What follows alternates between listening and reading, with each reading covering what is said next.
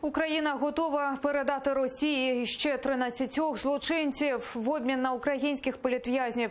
Серед них і головний редактор РІА Новості Україна Кирило Вишинський. Про це заявила перший заступник голови Верховної Ради Ірина Геращенко. Цей перелік додається до попереднього зі 23 осіб, яких раніше Україна була готова обміняти. Йдеться про тих, кого російський уповноважений з прав людини Тетяна Москалькова хотіла відвідати на території України.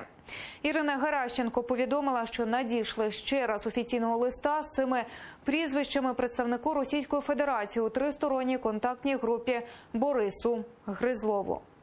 Якщо Російська Федерація не листами хоче обмінюватися, а таки розблокувати процес звільнення заручників, ми готові в Мінську сідати, запрошувати туди Денісову, Москалькову, в гуманітарну підгрупу, в тристоронню контактну групу і розблоковувати процес звільнення заручників.